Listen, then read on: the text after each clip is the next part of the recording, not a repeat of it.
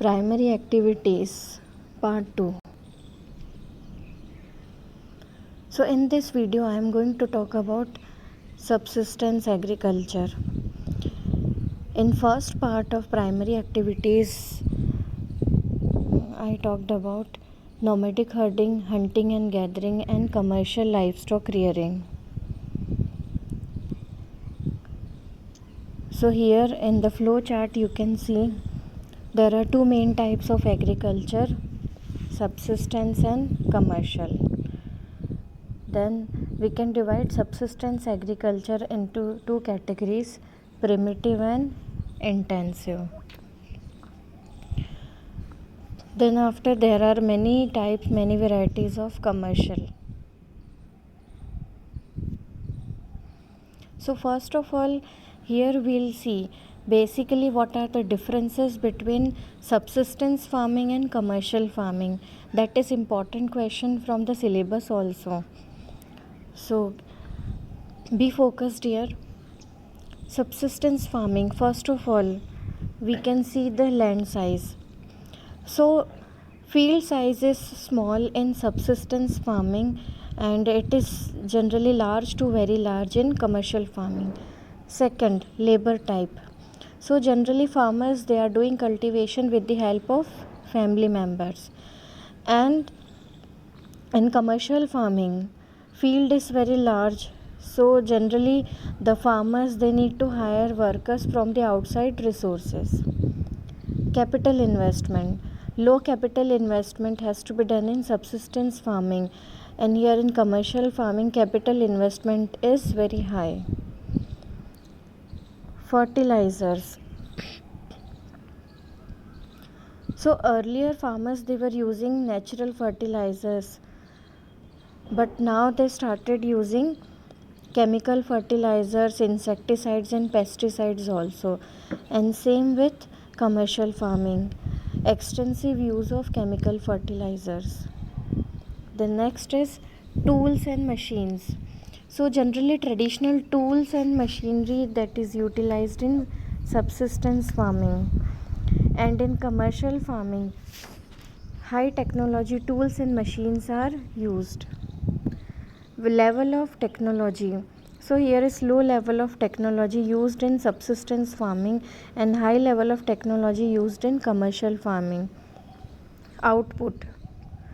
Output is low, and subsistence farming is not profit oriented, and farmers generally they keep the major portion of that output for their own consumption, for self consumption.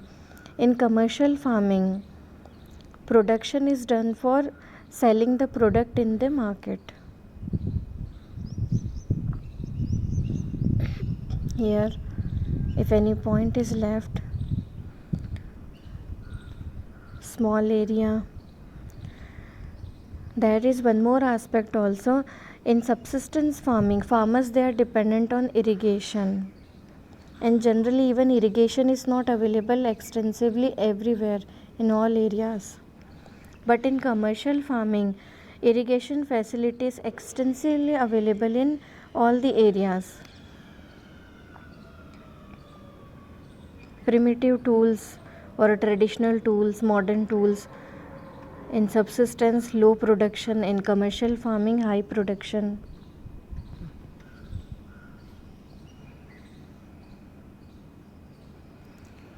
Then this point is also important here. In subsistence farming, focus is on cultivation of food grains or food crops, and in commercial cultivation, focus is on the production of commercial crops or cash crops like cotton, jute, sugar cane, etc. Shifting cultivation. Once again we'll see the slide. Subsistence cultivation is having two types: primitive type of subsistence cultivation and intensive subsistence cultivation. In primitive cultivation, shifting cultivation is prominent example. So now here we'll see the features of shifting cultivation.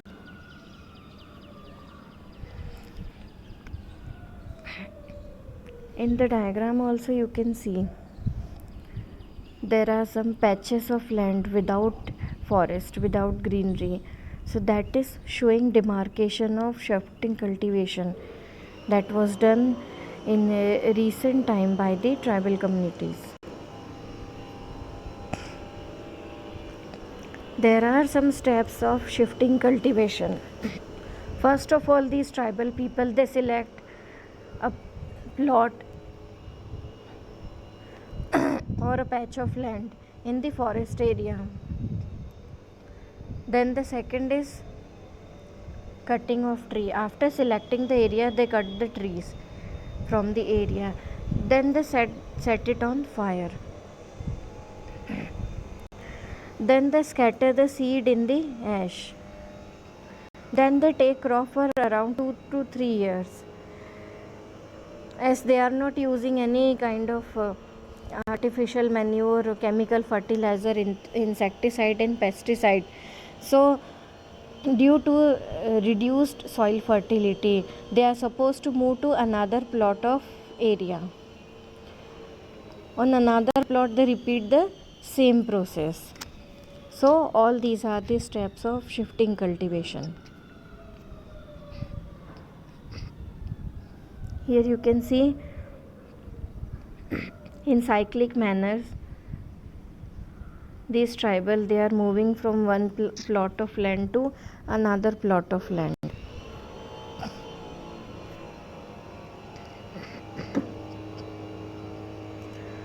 In different parts of the world, it is known as different name. For example, it is known as Juming in northeastern states of India, Milpa in Central America and Mexico, Ladang in Indonesia and Malaysia. Shifting cultivation is having some negative environmental consequences also, like air pollution, forest fire, deforestation, land degradation. It's having low output, it's not profitable, and now government has put restriction on shifting cultivation. So now it is prevalent only in limited parts of the world. Clearly you can see here deforestation.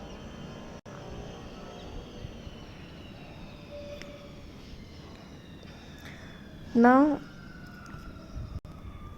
another type of subsistence agriculture is intensive. Intensive subsistence agriculture is having two types, wet paddy and other than wet paddy.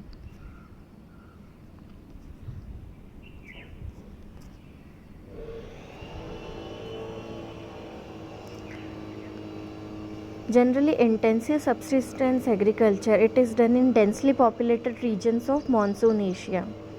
Basically, intensive means overutilization or intensive use of available land due to population pressure. Farmers are taking 2 or more than 2 crops annually. For example, in India we have 3 cropping seasons: Rabi season, Kharif season and Zaid. These are the two categories, paddy and other than wet paddy.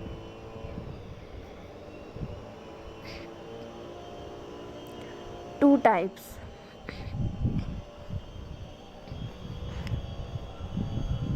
Features of intensive subsistence agriculture. So in both the types, land holding size is very small and farmers, they do the cultivation with the help of family members, traditional machinery, and it's in limited amount. Manual labor, it is being utilized. Then use of manual manure and chemical fertilizers. Distribution. Wheat, soybean, barley, sorghum are grown in northern China, Manchuria, North Korea and North Japan.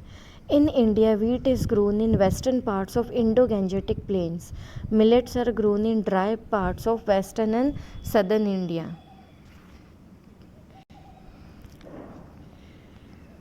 It is the map which is showing main area of subsistence agriculture, monsoon Asia.